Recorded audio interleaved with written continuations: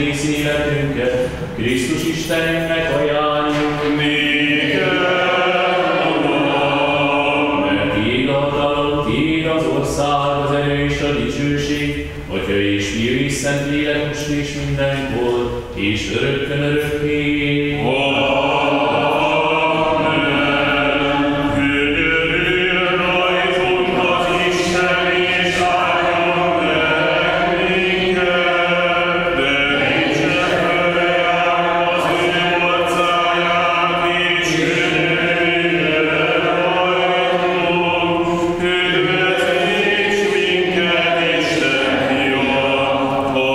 halottain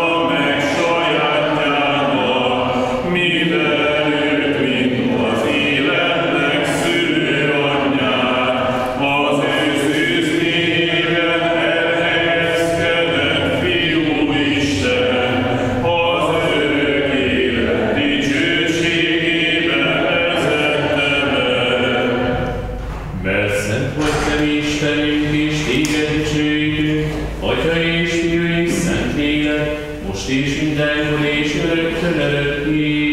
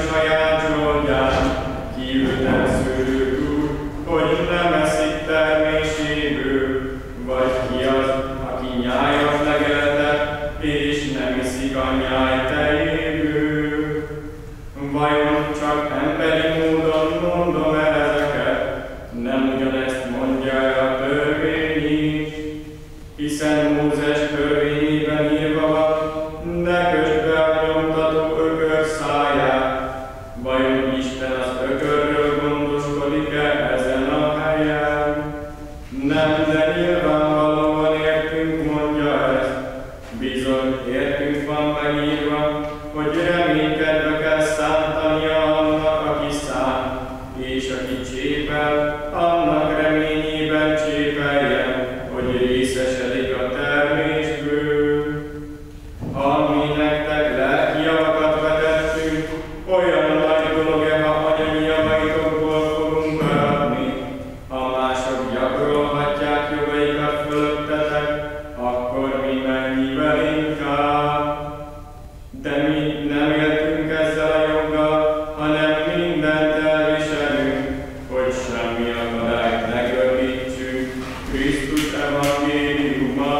elé.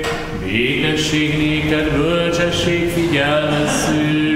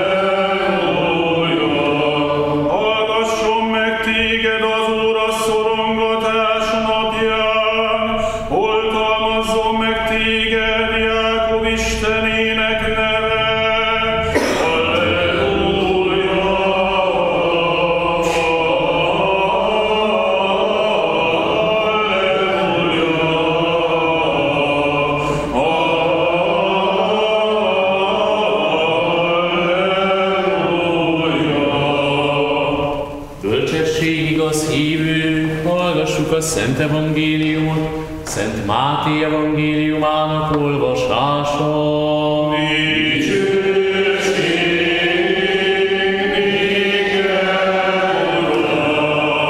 Figyelmezzünk! Mondta az Úr ezt a példabeszédet: a mennyek országa hasonlít a királyhoz, aki el akarta számoltatni szolgáit.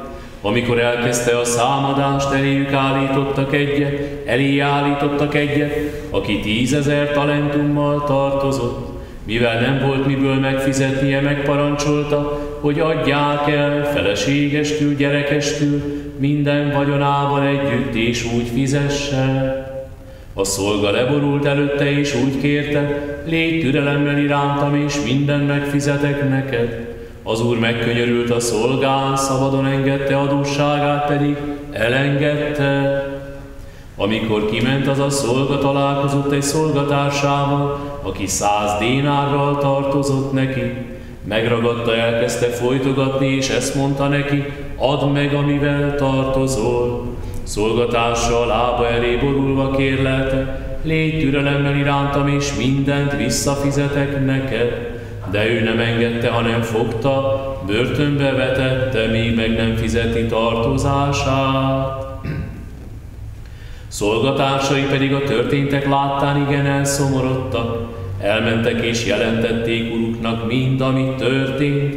Akkor maga elé hívatta őt ura, és így szólt hozzá: te gonosz szolga, minden adósságodat elengedtem, mivel könyörögtél nekem. Vajon nem kellett volna neked is megkönyörülnöd szolgatársadon, ahogy én megkönyörültem rajta? Ezzel az úr haragjában átadta a börtönőröknek, míg meg nem fizeti mind, amivel tartozik neki. Így tesz majd mennyei atyám is veletek, ha mindegyiktek szívből meg nem bocsátja vétkeit testvérének.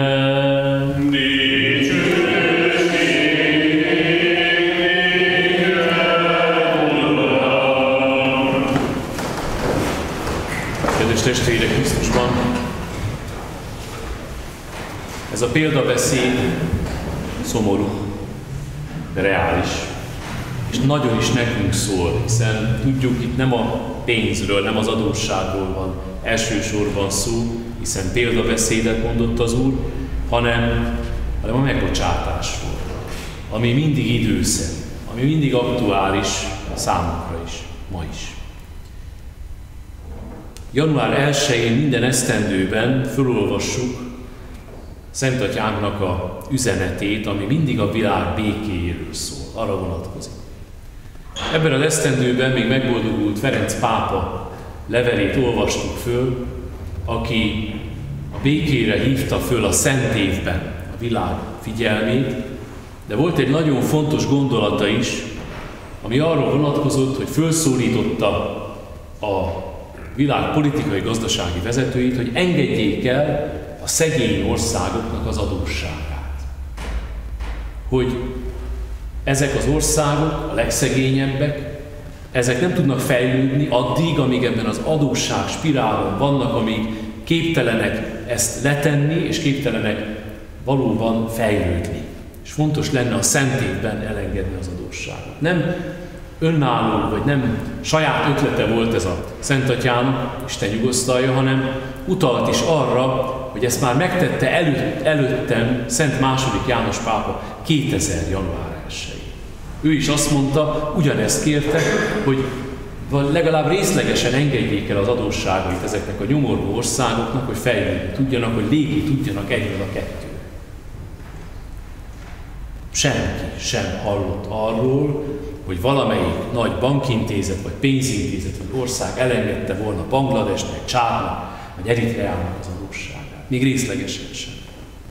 Nem történt változás. De elhangzott, pusztában kiáltott szavak voltak ezek, pedig nagyon is igazságos lenne és logikus, hiszen tudjuk, és erről a pápák is írnak, érdemes elolvasni a leveleket, arról írnak, hogy a világ úgy van berendezkedve, úgy rendeződött be az emberek által, hogy van igazságtalanság, és vannak, akik igenis nyomorognak saját hibájukon kívül, mert valakinek érdeke az, hogy mindig legyen szegény, akinek el lehet adni a fegyvert, adósságba lehet taszítani, és így tovább. Az adósság elengedése az nem egy új keletű ötlet. Mózes könyvében, Mózes 5. könyvében a 15. fejezet azzal kezdődik, hogy az Úr ad egy rendelkezést Mózesen keresztül a népnek, ami így szól. Minden 7. esztendő végén el kell engedni az adósságokat. Az adósság elengedés módja pedig ez. Egy hitelező se követelje fele barátjától, testvérétől azt a kölcsönt, amit kölcsön adott, mert adósság elengedést hirdetett az Úr. 7 évente. Ezt az Úr kegyelmének esztendeje, így hívták. Mit jelentett ez? Bárki tartozott bárkinek, 7. évben, az Úr évében, az kegyelmek esztendején el kellett engedni. Ha valaki az adósság miatt rabszolga lett, mert ilyen is volt, családjával, hogy a példabeszédben is hallottuk, amnesztiát kapott. Lenullázódott minden. És a zsidó társadalom Krisztus előtt 2000, 1500, 1000-ben így élt. Ez elfelejtődött. Jézus korában tudtak róla, hogy az őseink között volt egy ilyen 7 évenkénti adósság elengedés. Jézus idejében már nem volt ilyen. De Jézus idejében a zsidó, maga Jézus is, az apostolok is nyakig el voltak adósodva anyagilag. Mert nem tudták kifizetni a templomadót, nem tudták kifizetni azokat az adókat, és mindenki adósságban csücsült. Méltatlannak érezte magát. És erre Jézus, ne feledjük, Názáretben, mikor még ismeretlen volt, mikor már betöltötte a 30. esztendejét, és úgymond nyilvánosságra lépett, elment a zsinagógába, és olvasott az írásokból először, akkor pontosan azt az izaiási részt olvasta föl, ami erre utalt. Hogy szól az? Az Úr lelke van én rajtam, mert felkent engem az Úr, hogy örömhírt hirdessek a szegényeknek, és hirdessem az Úr kegyelmének esztendejét. Jézus erre a régi hagyományra, régi szokás, régi isteni törvényre utalt akkor, amikor először a zsinagógában szerepelt, és meghirdette az Úr kegyelmének az esztendejét. Erre mindenki fölfigyelt. Ez nagyon fontos volt, hogy lám, itt van Jézus, és arról beszél, hogy el lesz engedve az adósság. És mindenki tudta, hogy itt nem csak az anyagi adósságról van szó, hanem a lelki adósságról is. Kedves testvérek, egyikünk se szeret adós lenni. Senki sem szeret tartozni. Mert a tartozást azt vissza kell fizetni. A tartozás, ahogy mondja is a közmondás, nem tudok addig nyugodtan aludni, amíg adósságom van. És az adósságot vissza kell fizetni, ez így becsületes, ez így rendes. De nem csak adósnak lenni nehéz, hanem azt gondolom, az is nehéz, ha valaki kölcsönt ad valakinek. Mert kényelmetlen, visszafizeti, neki nehéz. Nem jó érzés, azt gondolom, kölcsön adónak sem lenni, és sokszor előfordul az, és ebből mennyi vita van, és mennyi pereskedés az emberek között, hogy valaki nem adja vissza a kölcsönt. Mit kell ilyenkor tenni? Nehéz. Nagyon nehéz, mert az ember szól, hogy tartozol, add vissza, nem adja, de után muszáj elengedni az adósságot. Mert ha nem engedem el, akkor egész életemben ott lesz rajtam ez a teher, ez a bosszankodás, ez a rossz érzés. De jól tudjuk, hogy ahogy az Úr sem elsősorban az anyagiakról beszél, hanem a lelki vetületéről, a hitbeli adósságról, ez sokkal fontosabb. Az is fontos, de ez még fontosabb. És tudnunk kell azt, hogy amikor megkérdezték Jézus, hogy hogyan imádkozzunk, és ő elmondta, hogy mi atyánk, aki a mennyekben vagy. És azt mondta, hogy bocsáss meg a mi vétkeinket, amint mi is megbocsátunk az ellenünk védőknek. Ez arámiul úgy lehetett érteni, hogy atyánk, engedd el a mi adósságunkat, és mi is elengedjük a testvéreinknek az adósságait. Mind a két értelmét megvilágítja ez az imádság. Mivel tartozunk az Istennek? Milyen adósságunk van az Isten felé? Milyen adósságunk van az emberek felé, a másik ember felé? Az, ha nem vagyunk elég szeretettel tenni. Akkor, hogyha sebeket okozunk a másiknak, ha bántjuk, ha megsértjük. Akkor, hogyha ezt tudva, vagy akár tudtomunk kívül teszem, már is adósa vagyok a másiknak, mert a szeretet nélküliség hiány, adósságot teremt. És adósság az is, amikor nem vesszük észre, hogy a másikat megbántjuk. Ilyen is előfordul. De aztán érezzük, hogy valami van. És tudjuk, hogy ez is egy adósságforma. És adósság, a legsúlyosabb adósság a hálátlanság, amiről beszél itt Jézus nagyon plastikusan ebben az evangéliumban. Óriási vagyonnal tartozott az első szolga. És elengedte. Nem az, hogy haladékot adott az Úr, a király, hanem azt mondta, hogy elengedem. És ő nem ugrott a plafonra örömében, hogy ezt a hatalmas adósságot nekem elengedte. Nem volt hálás, hanem kiment és találkozott a szolgatással, aki neki tartozott egy picula összeggel, és kijött belőle a pénzsóvár, és börtönbe csukatta őt. Ez a hálátlanság is egy óriási adósság. Az a család, ahol a szülők felnevelték a gyermeket, mindent megadtak neki, ami erejükhöz képest adható volt. És amikor a gyermek már önálló lábra áll, már ki lesz stafirungozva, és már önállóan meg tudott élni, akkor valamilyen módon csinált ok miatt megsértődött a szüleire, és megszakította velük a kapcsolatot. Ez az adósság. Ez a hálátlanság adósság. Kedves testvérek, könnyebb úgy elengedni az adósságot, hogy valaki ki akarja azt fizetni. Bizony könnyebb úgy megbocsátani valakinek, hogy valaki bocsánatot kér. Minden emberi kapcsolatnak, legyen az a legközelebb, szülő-gyermek, házasság, vagy nagyon távoli munkahelyi kapcsolat. Fontos éltetője minden kapcsolatnak az, hogyha folyamatosan készen vagyunk felismerni és beismerni saját hibáinkat. És adósságunkat igenis reflektálni arra, hogy adós vagyok neked. És tudunk őszintén bocsánatot kérni egymástól, és tudunk megbocsátani is. Akkor is, ha nincs bocsánatkérés. Na ez a legnehezebb. És kedves testvérek, ez a példabeszéd igenis felhív minket arra a nagyon nehéz feladatra, hogy ha Krisztusi vagy, ha Krisztus követed, akkor időnként rendszeresen meg kell nézned, hogy kinek vagy adósság, kivel voltál szeretetlen. És azt le kell róni, vissza kell fizetni. Nekünk Krisztus hívőknek ez az utunk, ez az üdvösség útja. Ez az egyenes út, és ez nem kanyarog, nem tesz vargabetűt, hanem igenis figyelnünk kell arra, hogy rendszeresen megnézzük, kinek vagyok adósa. És azt is, hogy ki nekem az adósa. Azt törleszteni, visszaadni, ezt pedig elengedni. Erről szól a példabeszéd. Ezt vigyük magunkkal. Amen.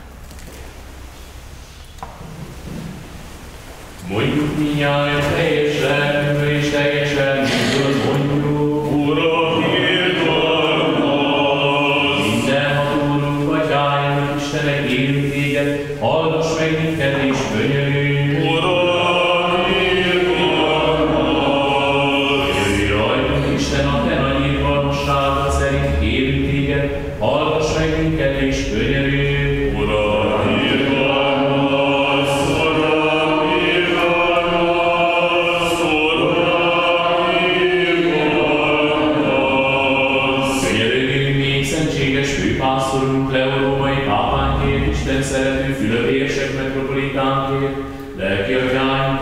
Krisztusban minden atyám fiáért. Uram, irgalmaz, Uram, irgalmaz, Uram, irgalmaz. Könyörögjünk még Istenem, szolgáljunk Irén, Pál és Miklósnak lelkeink valláért, s minden szándékosan és akaratlanul elkövetett vétkeiknek bocsánatáért. Uram, irgalmaz, Uram, irgalmaz, Uram, irgalmaz. Hogy az Úristen helyezze el lelküket, hol az igazak megnyugosznak. Uram, irgalmaz, Uram, irgalmaz, Uram, irgalmaz.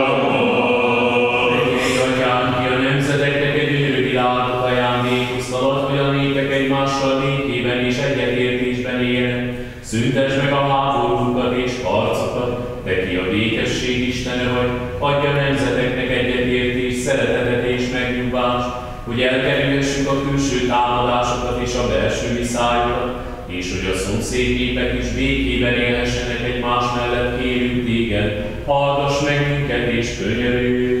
Uram, irgalmaz, Uram, irgalmaz, Uram, irgalmaz.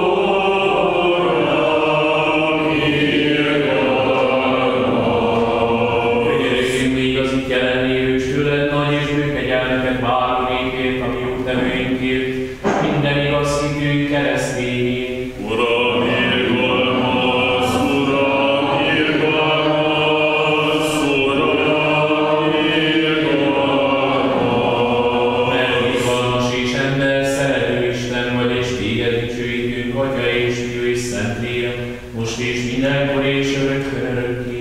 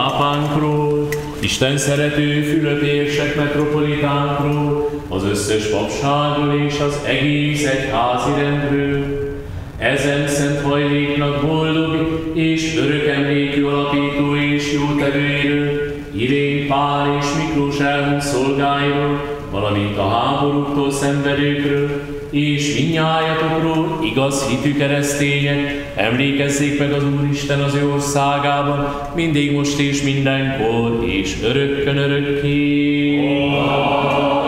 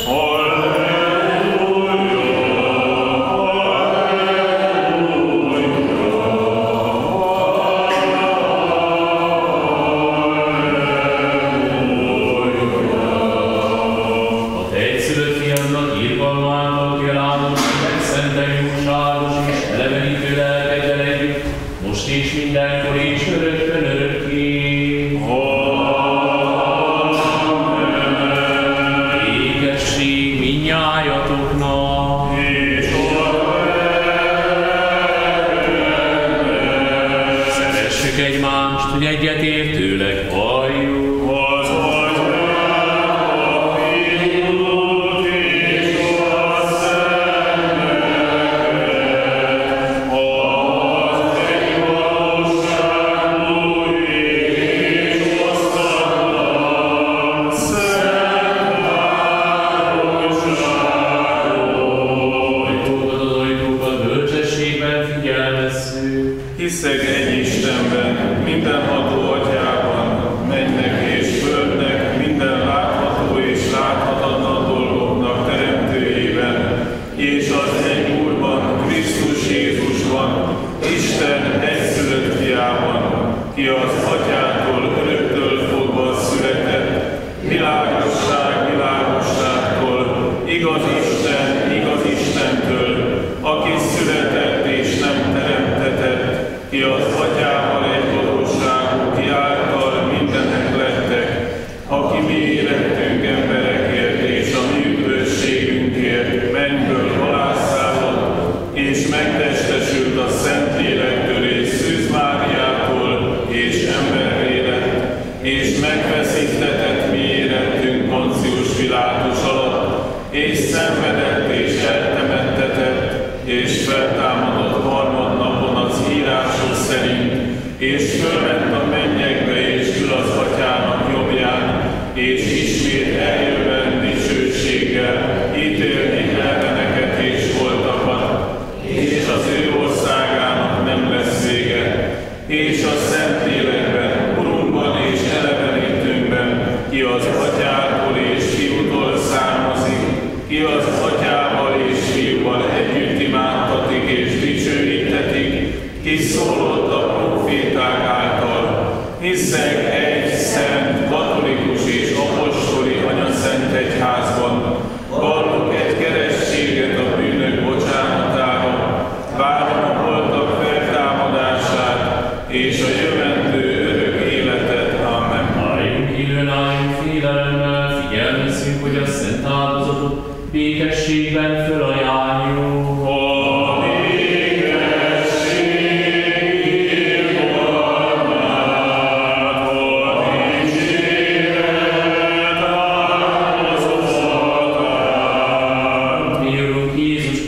Malasztja az Atyaisten szeretete és a Szentlélek közöltetése legyen mindnyájatokkal. És a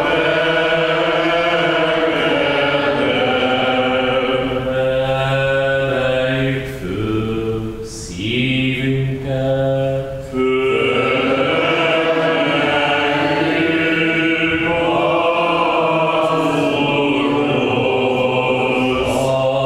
Adjunk hálát az Úrnak. méltó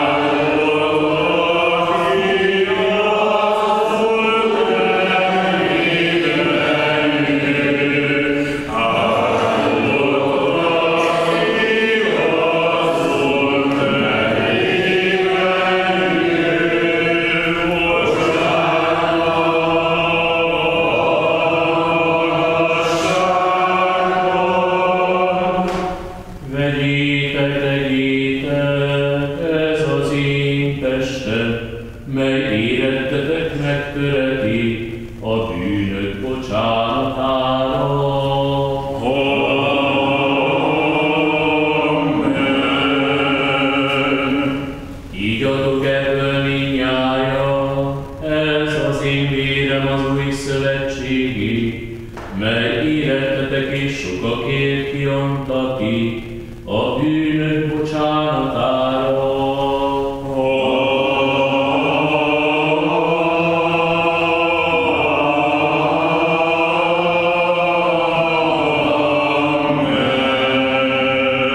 Jeidet a tieidből néken ajánljuk föl, mindnyájunkért és mindenekért.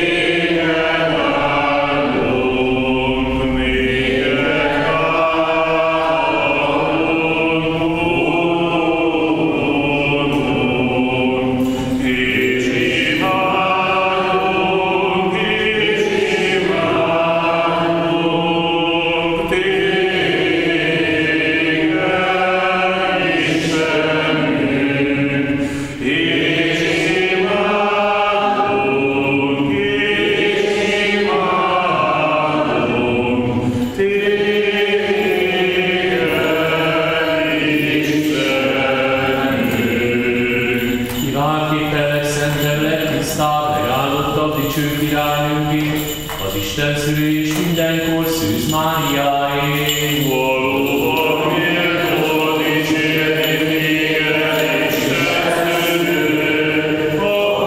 magasságos tisztelőket,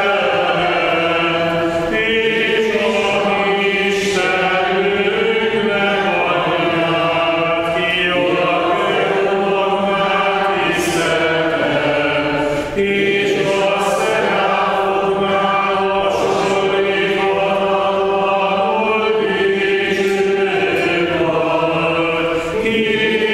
az Isten az én, sírő és nélkülözőket, téged valóságos Isten szülő magasztalunk. Az elsők között emlékezzél meg, Urunk, szentséges főpásztorunk, Leó római pápánkról, és Isten szerető Fülöp érsek metropolitánkról, s tartsd meg őket szent egyházaidnak békességben, épségben, tisztességben, egészségben és hosszú életben, a te igazságunk ének teljes hirdetésére. És mindnyájunkról, és mindenekről,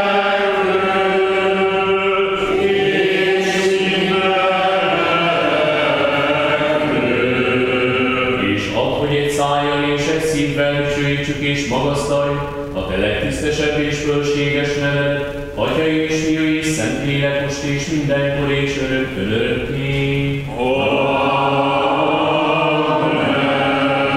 És legyen a mi nagy Istenünk és üdvözítő Jézus Krisztusunk kegyelme mindnyájatokkal. És Minden szentekről megemlékezve ismét és ismét békességben könyörögjünk az Úrhoz. Bemutatott és megszentelt drága ajándékokért könyörögjünk az Úrhoz.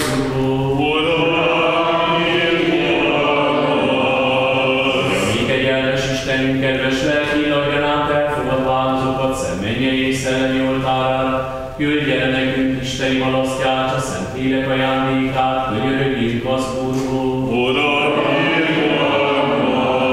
Hogy mentsen meg minket minden aggódástól, haragtól és szükségtől, könyörögjünk az Úrhoz.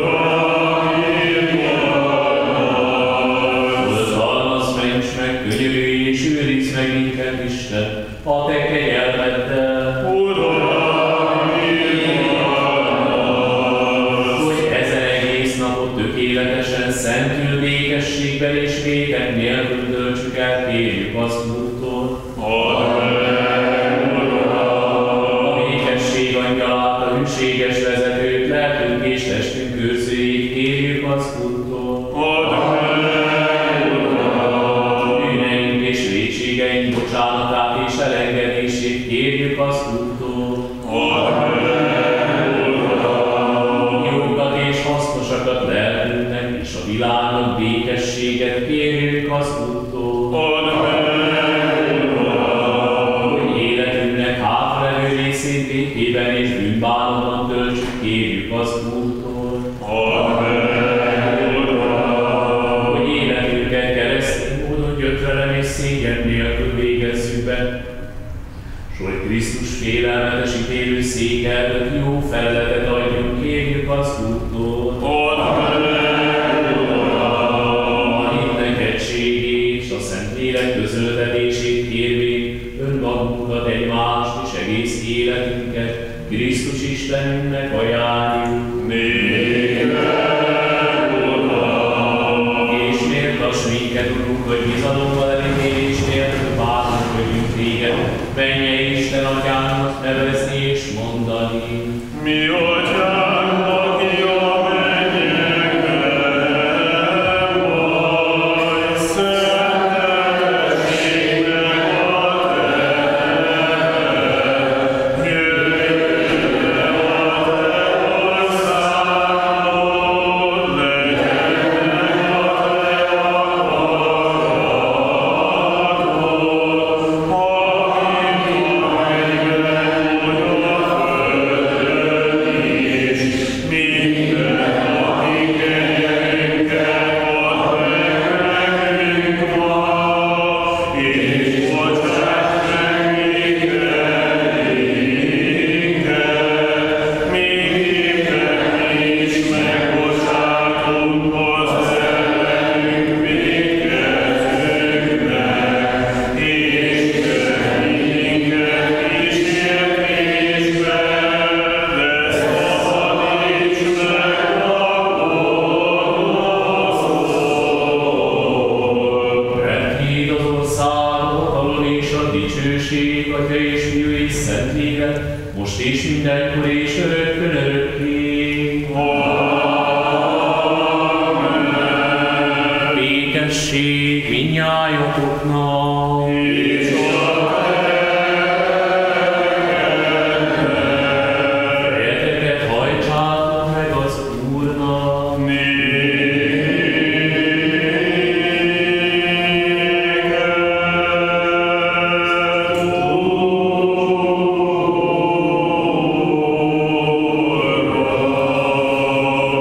A te egyszülött fiadnak kegyelme, irgalma és ember szeretete által, kivel áldott vagy legszentebb jóságos, és elevenítő lelked együtt most és mindenkor, és örökkön örökké.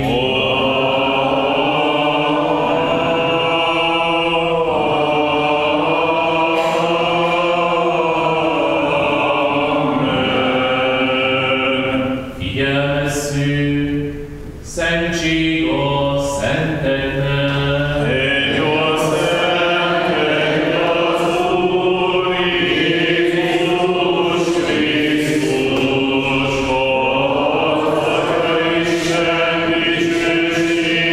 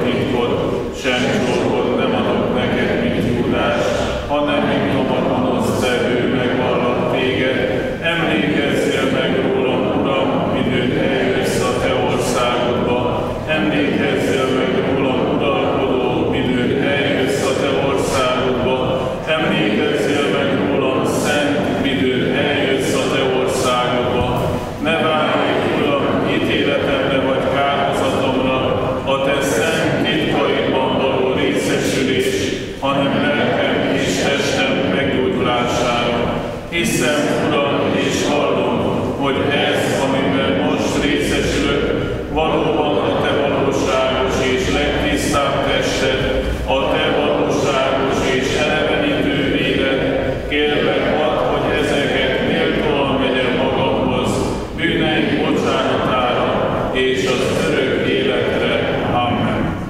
Isten félelemmel, hittel és szeretettel közeledjetek. Áldott ki az Úr nevében jő, Isten az Úr, ki megjelent nékünk.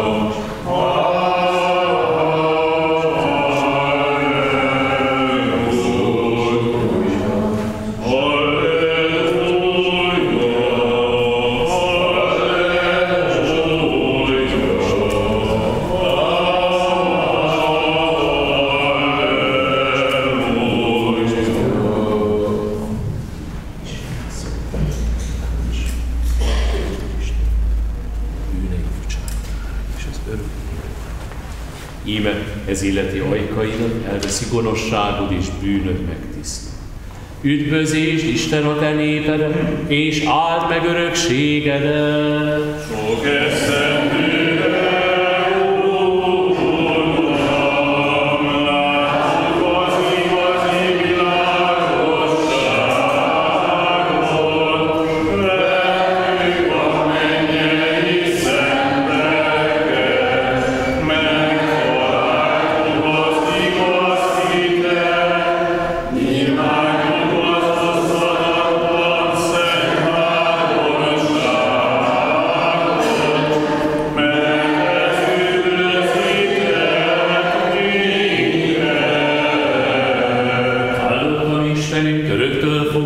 most és mindenkor és örökkön örökké.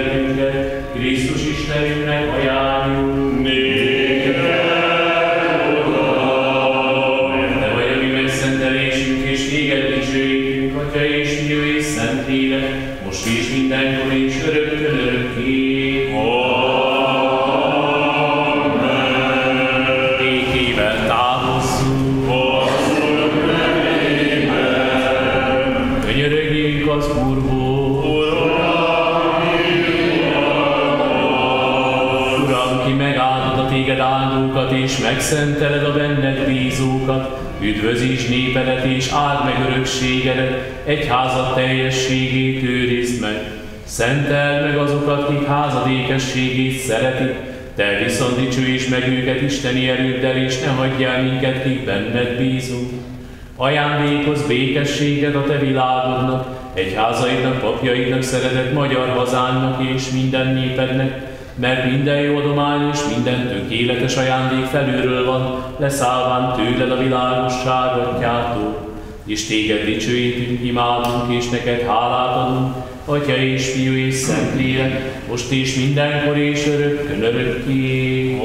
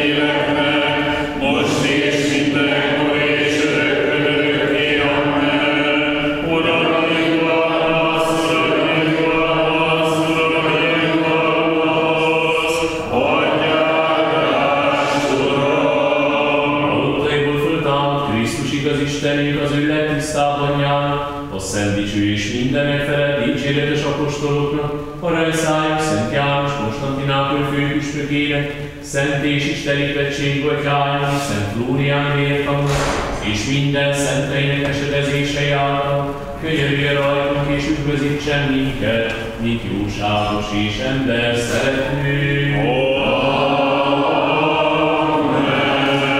Az Úr áldása reátok az ő kegyelmével és ember szeretetével, mindig most és mindenkor és örökkön örökké.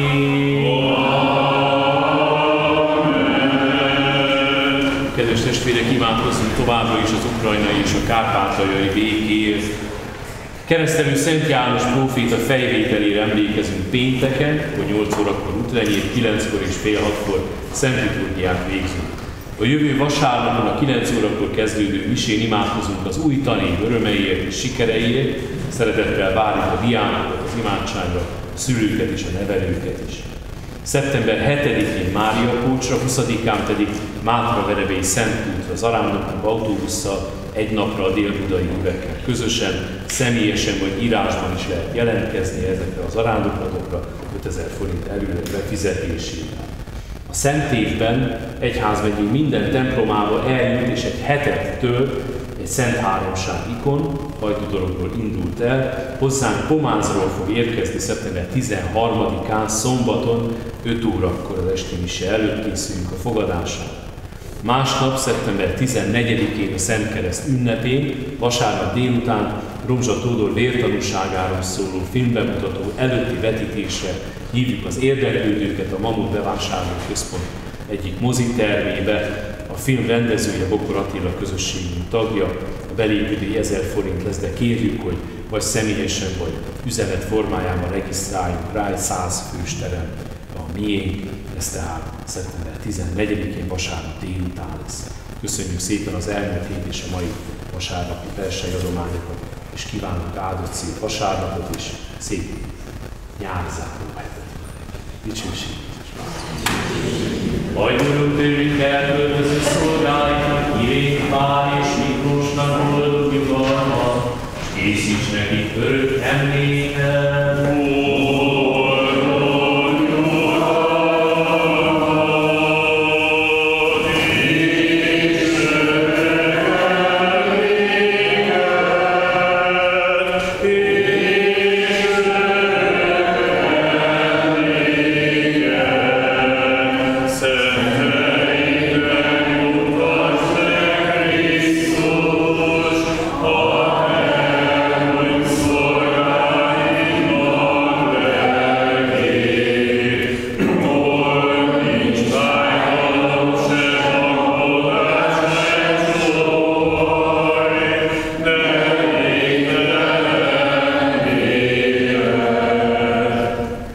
Oh